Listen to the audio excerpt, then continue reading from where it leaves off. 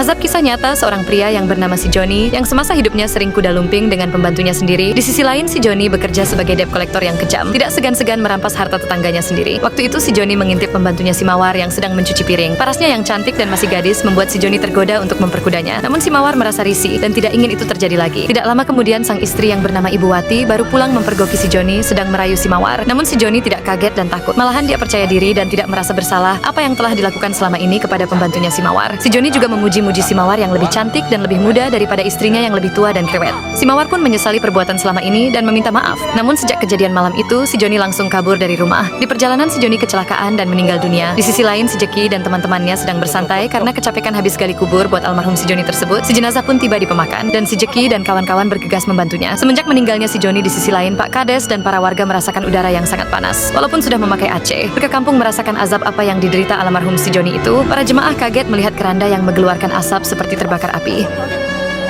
Pak Kades pun terheran-heran karena cuaca yang sangat panas. Sampai-sampai lampu pun meledak. Si Jeki dan kawan-kawan itu pun kepanasan saat memasukkan si jenazah ke liang lahat. Dan mereka terheran-heran akan hal itu. Si Jeki dan kawan-kawan pun tidak tahan dengan panasnya liang lahat tersebut dan segera menguburnya. Saat malam hari pun mencekam, makam si Joni semakin memanas dan mengeluarkan lahar panas seperti gunung meletus. Di sisi lain, si Jeki sedang meronda di dekat pemakaman. Dan mereka pun syok melihat makam si Joni dari kejauhan mengeluarkan asap tebal. Lalu mereka pun bergegas mendatangi makam tersebut. Mereka syok dan kaget melihat lahar panas yang keluar dari makam si Joni itu. Akibatnya nisan itu pun terbakar. Akibat lahar panas itu, si Jeki dan kawannya pun kabur dan berlari bergegas memberi kabar tersebut ke Pak Kades dan para warga. Dan para warga mendengar teriakan si Jeki dan Pak warga mengira ada hantu. Si Toha menelepon Pak Kades untuk memberitahu kejadian aneh tersebut. Dan Pak Kades bergegas mendatangi makam almarhum si Joni tersebut. Dan si Jeki bercerita atas kejadian tersebut yang menimpa almarhum si Joni. Dan kedua warga tersebut bercerita si Joni debt collector yang sangat kejam. Mereka pernah merasakan hal itu. Pak Kades dan para warga pun bergegas ke pemakaman. Lalu Pak Ustadz segera mendoakan si almarhum si Joji tersebut. Namun makam tersebut malah menyemburkan lahar panas. Sontak Pak Ustadz dan para warga pun syok melihat itu. Dan Pak Kades berpikir hal ini terjadi karena ada warga yang belum memaafkan almarhum si Joni yang pernah dizaliminya.